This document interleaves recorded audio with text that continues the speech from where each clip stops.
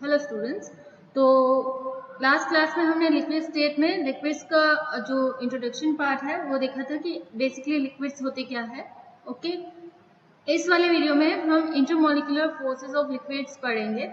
जैसे कि आपने गैसेस स्टेट में पढ़ा था कि गैसेस स्टेट में जो इंटरमॉलिक्यूलर इंटरैक्शन होते हैं, इंटरमॉलिक्यूलर इंटरैक्शंस होते हैं, उन्हें हम क्या कहते हैं? उन्हें हम कहते हैं कि ये वैन डर वाल्स फोर्सेस हैं। वैन डर वाल्स फोर्सेस हैं, ठीक है, जिसे कि कोहेसिव फोर्स भी कहते हैं। कोहेसिव फोर्सेस भी कहते हैं, ठीक है। ओके, तो ये हमने जो है पढ़ लिया है। यहाँ पे लिक्विड स्टेट में भी इंटरमॉलिक्यूलर इंटरैक्शंस होते हैं। लिक्विड स्टेट में भी इंटरमॉलिक्यूलर इंटरैक्शंस होते हैं,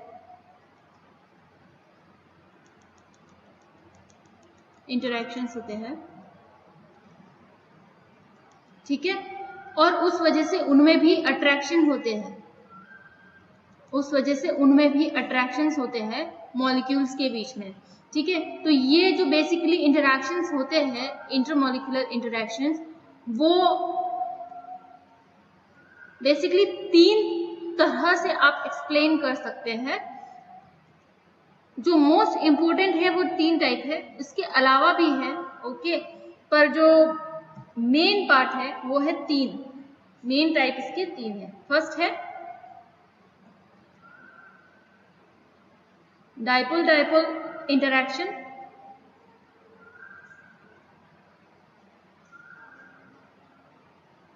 राइट।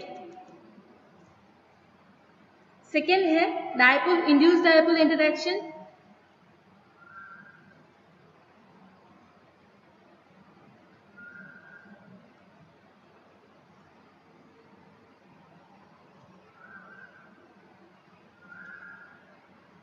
थर्ड जो है वो है आपके, बहुत सारे नाम है उसके basically.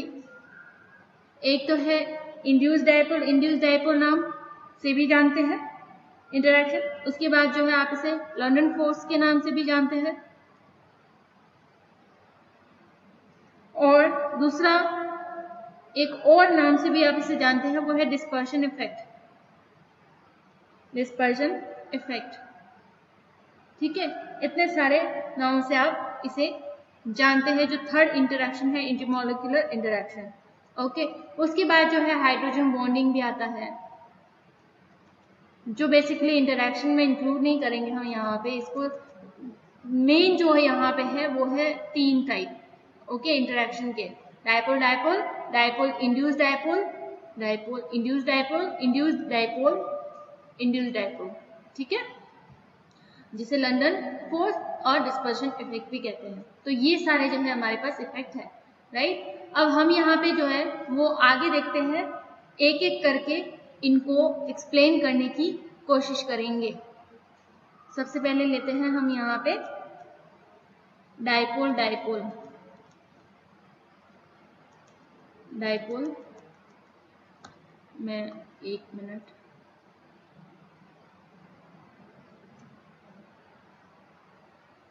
Okay, dipole dipole interaction,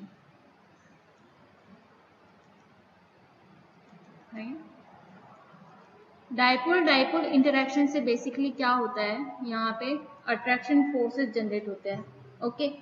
तो ये सबसे पहले दिया किसने था? सबसे पहले डाइपोल डाइपोल इंटरैक्शन का जो कंसेप्ट था वो सबसे पहले दिया था किसोम ने। किसोम नाम का एक साइंटिस्ट था, उसने सबसे पहले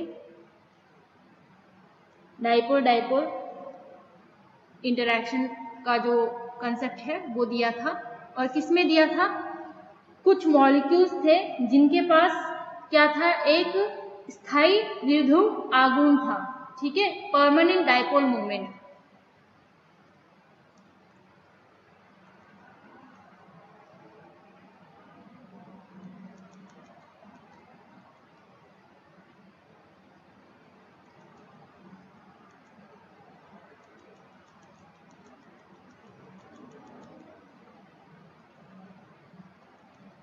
ठीक है। डायपोल डायपोल मोमेंट सबसे पहले किसने एक्सप्लेन किया था? किसोम ने एक्सप्लेन किया था। और किसमें एक्सप्लेन किया था? डायपोल डायपोल मोमेंट होता किसमें है, किसमें कौन मॉलिक्यूल शो करते हैं? तो जो मॉलिक्यूल परमानेंट डायपोल मोमेंट रखते हैं वो वाले molecules basically dipole dipole interaction show करते हैं। फॉर एग्जाम्पल जो SO2 है, NH3 है, HCl है, HF है, एक मिनट, HF,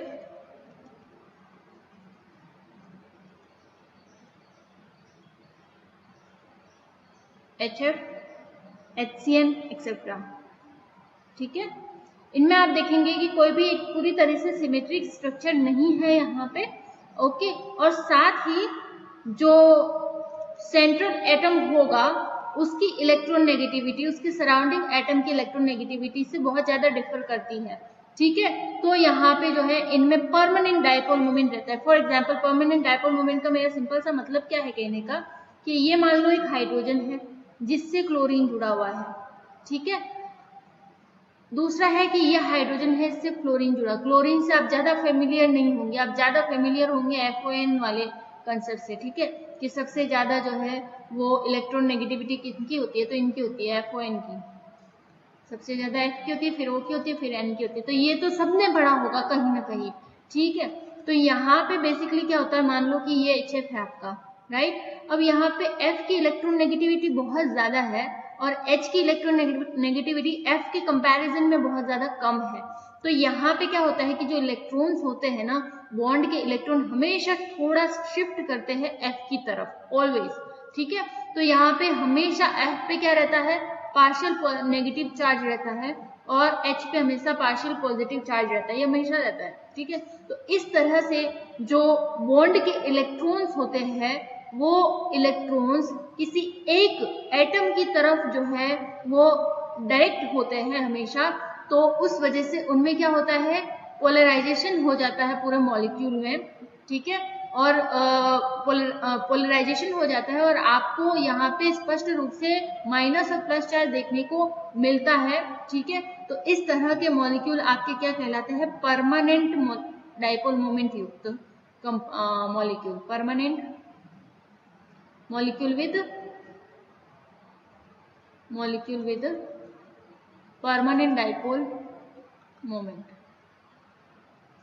ठीक है, तो ये इस तरह के मॉलिक्यूल परमानेंट डायपोल मोमेंट युक्त होते हैं। तो जो नहीं होते हैं उनके बारे में समझते हैं कि किन में परमानेंट डायपोल मोमेंट नहीं होता है। जैसे कि ये अगर मैं एग्जांपल लूँ ना एक CO2 का, ये सिमेट्रिक मॉलिक्यूल है पूरी तरह से, हालांकि इसमें भी डायपोल मोमेंट जनरेट किया जा सकता है।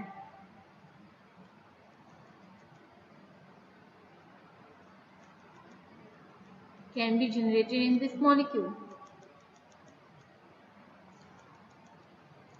ठीक है, इनमें भी, इस मॉलिक्यूल में भी परमानेंट डायपोल, परमानेंट नहीं, इस मॉलिक्यूल में भी डायपोल मोमेंट जनरेट किया जा सकता है। बट बेसिकली ये क्योंकि एक तो सिमेट्रिक मॉलिक्यूल है और अपने दोनों तरफ जो है वो सेम इलेक्ट्रॉन नेगेटिविटी युक्त एटम से जुड़ा हुआ है, सेंट्रल कार्बन एटम, इसलिए इसमें क्या होता है, इसमें आपको डायपोल मोमेंट नॉर्मली देखने को नहीं मिलता, पर इसमें जनरेट किया जा सकता है डायपोल मोमेंट। ओके, लेकिन कुछ मॉलिक्यूल ऐसे भी है जिनमें डायपोल मोमेंट न के बराबर होता है, उनमें जनरेट करना भी बहुत मुश्किल है। जैसे कि होमो एटॉमिक मॉलिक्यूल्स, होमो एटॉमिक मॉलिक्यूल्स यहां तो जनरेट किया जा सकता है क्योंकि यहां फिर भी क्या है, बैलेंस्ड है, इसलिए डायपोल मोमेंट इसमें इतना नहीं है, परमानेंट डायपोल मोमेंट नहीं है, डायनामिक डायपोल मोमेंट होता है। इसमें क्या होता है, आपको जो भी टर्मिनोलॉजीज हैं वो बहुत अच्छे से पता होनी चाहिए। अगर आपको पूरे थ्योरी में लिखी हुई टर्म्स का अच्छे से मतलब पता है ना, और उसके रिस्पेक्ट में उसके ऑपोजिट चीजें भी पता है, उसके ऑपोजिट टर्म्स के भी कंसेप्ट पता है, तो आप खुद रीडिंग मार के भी पूरे टॉपिक को समझ सकते हैं। क्योंकि जो भी है क्या है, टर्म्स है, टर्म्स समझ में आ गए कि टर्म्स का मतलब क्या है, जो बोला जा रहा है उसका मतलब क्या है, तो फिर तो क्या ही है। ठीक है, तो ये है डायनामिक डायपोल मोमेंट रखता है CO2। क्यों? क्योंकि यहाँ पे इलेक्ट्रॉन नेगेटिविटी इनकी डिफरेंट है, इन दोनों की तो सेम है पर इसकी डिफरेंट है, तो यहाँ पे पॉसिबिलिटी है कि डायनामिक डायपोल मोमेंट होगा। ओके, पर कुछ होमो डायटोमिक सही से बहुत ज्यादा लिख लेते हैं, इसको सही से लिख लेते हैं मैं।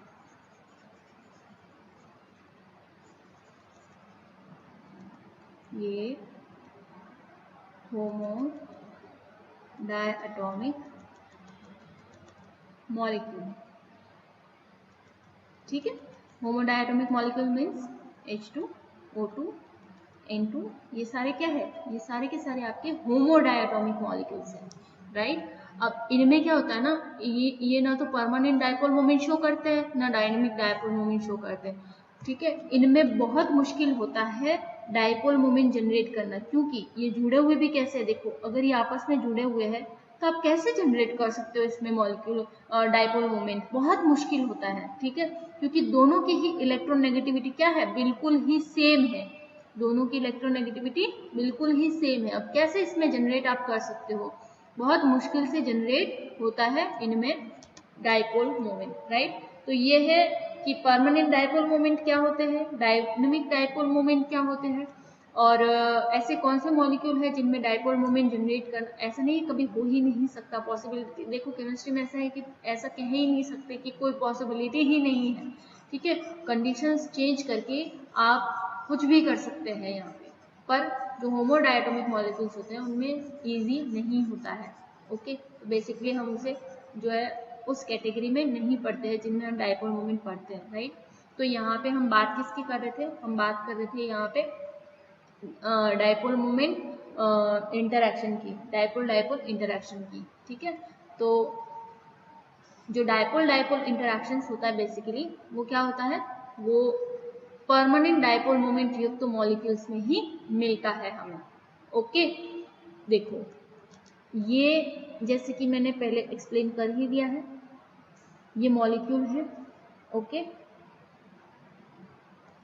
ये प्लस चार्ज माइनस चार्ज, मैंने कहा कि ये तो हमेशा रहेगा, परमानेंट डायपोल मोमेंट में ये केस तो हमेशा रहेगा, प्लस चार्ज माइनस चार्ज तो रहेगा ही रहेगा, ठीक है। तो यहाँ इनको तो कोई दिक्कत ही नहीं है कि कहाँ से आया, होता ही है ना। तो बहुत सारे मॉलिक्यूल्स जो है, एक आपने मान लो लिक्विड ले रखा है, लिक्विड में मॉलिक्यूल्स इतने भी दूर दूर नहीं होते हैं गैस की तरह, जैसा कि हमने पढ़ा है, राइट। तो इनके बीच में क्या होते हैं, अट्रैक्शन फोर्सेस भी काम करते हैं और रिपल्सिव फोर्सेस भी काम करते हैं। देखो ये प्लस है ये माइनस है, इनके बीच में अट्रैक्शन होगा, और ये प्लस है ये प्लस है, इनके बीच में क्या होगा, रिपल्शन होगा, इनके बीच में क्या होगा, रिपल्शन होगा, ठीक है। अब क्या होता है ना कि एक मॉलिक्यूल में, या फिर मान लो कि ये हमने एक लिक्विड लिया है, सब्सटेंस लिया है, ओके। अब मैं कहूँ कि हाँ मैंने HCl लिया है, HF लिया है, HCl लिया है, जो भी लिया है, राइट। अब मैं कहूँ कि एक ही मॉलिक्यूल है जी, इनमें बताओ कि क्या, ऐसा तो नहीं होता है ना, बहुत सारे मॉलिक्यूल्स होंगे, गैस हो कि लिक्विड हो कि जो भी हो, बहुत सारे मॉलिक्यूल्स होंगे, है ना।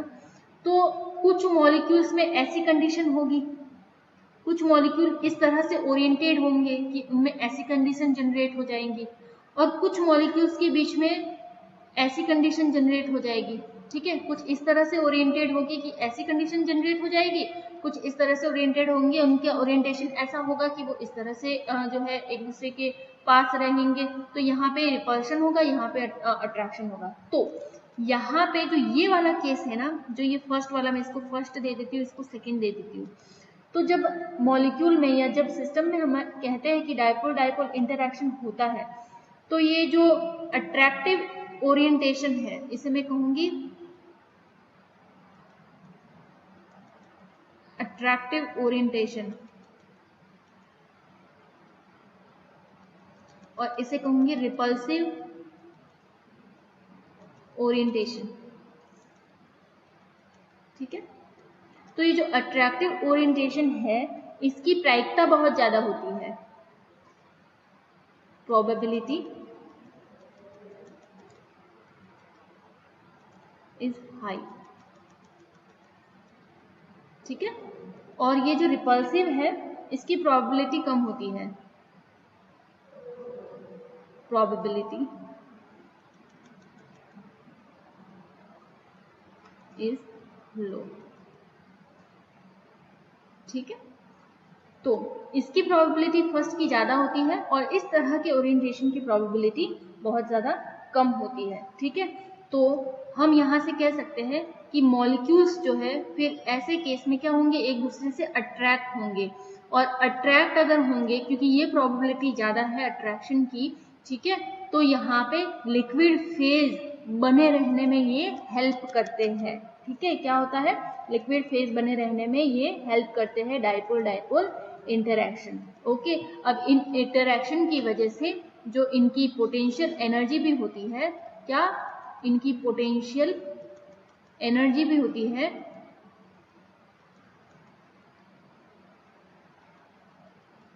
Changes due to this interaction, ठीक है। इस इंटरैक्शन की वजह से इनकी पोटेंशियल एनर्जी भी चेंज होती है, राइट, ओके। ये तो हो गई बात थ्योरेटिकल कि किस तरह से अट्रैक्शन फोर्स होते हैं, किस तरह से इनका ओरिएंटेशन होता है, कौन से ओरिएंटेशन की प्रोबेबिलिटी ज्यादा होती है, किस तरह के अट्रैक्शन फोर्सेस की वजह से, एक मिनट, ये मैंने स्पेलिंग गलत लिखा है, किस तरह के अट्रैक्शन फोर्सेस की वजह से पोटेंशियल एनर्जी या फिर हिंदी में आप इसे कहते हैं स्थितिज ऊर्जा, मॉलिक्यूल्स की स्थितिज ऊर्जा में परिवर्तन होता है, वो सब हमने देखा है अभी, है ना, ठीक है। अब हम कहते हैं यहाँ पे एक पॉइंट लेते हैं, यहाँ पे जो मैथमेटिकल एक्सप्रेशन है इसका वो देखते हैं कि मैथमेटिकली आप इसे एक फॉर्मूला से या इक्वेशन कह लो उससे एक्सप्लेन कर सकते हैं कि इसकी जो एनर्जी होती है, स्थितिज ऊर्जा में चेंज की जो एनर्जी होती है, या फिर इनमें जो ये अट्रैक्शन फोर्स होता है, बेसिकली यही तो होता है, अट्रैक्शन फोर्स होता है। तो अट्रैक्शन फोर्स की वजह से एनर्जी चेंज होती है, जिसे आप स्थितिज ऊर्जा की एनर्जी भी कह सकते हैं। तो इस एनर्जी को आप एक और तरीके से भी कह सकते हैं, अट्रैक्टिव एनर्जी, अट्रैक्शन की वजह से ये ओरिएंटेशन होता है, इसे आप जो है जो एनर्जी यहाँ पे रिलीज होंगी, अट्रैक्टिव ओरिएंटेशन की वजह से जो एनर्जी रिलीज होंगी, आप इसे कह सकते हैं ओरिएंटेशन एनर्जी। क्या कह सकते हैं, ओरिएंटेशन एनर्जी, जो बेसिकली क्या है, अट्रैक्शन की वजह से होने वाली एनर्जी है। दो पोल्स, दो डाइपोल्स आपस में अट्रैक्शन शो करते हैं, उस वजह से जो है एनर्जी रिलीज होती है, उनके प्रॉपर ओरिएंटेशन में अट्रैक्शन की वजह से एनर्जी रिलीज होती है, उसे हम कह रहे हैं यहाँ पे ओरिएंटेशन एनर्जी, जिसे हम रिप्रेजेंट कर रहे हैं ई नोट से, ठीक है। इसको हम मैथमेटिकली अगर एक्सप्लेन करना चाहें तो ये इस तरह से किया जा सकता है, -2 μ1 μ2, कोई आपको डेरिवेशन सॉल्व नहीं करना है इसमें, सीधा सा ये फॉर्मूला याद रखना है, ठीक है, 1/3kTr⁶,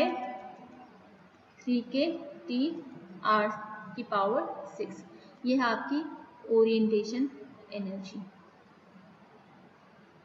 ठीक है। ये सारे के सारे क्या होते हैं, ये सारे के सारे होते हैं कांस्टेंट, सिर्फ चेंज होता है वो इसकी आर होती है। ये आपने बहुत जगह पढ़ा होगा, अपनी जो छोटी क्लासेस है 11th 12th में भी आपने ये पढ़ा होगा, है ना, ये कोई नई बात नहीं पढ़ रहे हम यहाँ पे, बेसिकली ये बेस है, ठीक है। तो यहाँ पे जो μ1 है μ2 है, ये क्या है, आपके डाइपोल मोमेंट है, ये क्या है, आपके डाइपोल मोमेंट है। म्यू यहाँ पे क्या है, यहाँ पे डाइपोल मोमेंट है, एक मॉलिक्यूल का डाइपोल मोमेंट। तो μ1 क्या है, एक मॉलिक्यूल का डाइपोल मोमेंट, μ2 है दूसरे मॉलिक्यूल का डाइपोल मोमेंट, जो आपस में क्या हो रहा है, अट्रैक्ट हो रहा है, राइट। इसके बाद जो है यहाँ पे k जो है वो क्या है, बोल्ट्जमान कांस्टेंट है, ये क्या है, k यहाँ पे बोल्ट्जमान कांस्टेंट है, ठीक है। इसके बाद जो है यहाँ पे ये परमिएबिलिटी कांस्टेंट है, ये 4π साइन नोट है ना, ये पूरा एक कांस्टेंट है जो क्या है, परमिएबिलिटी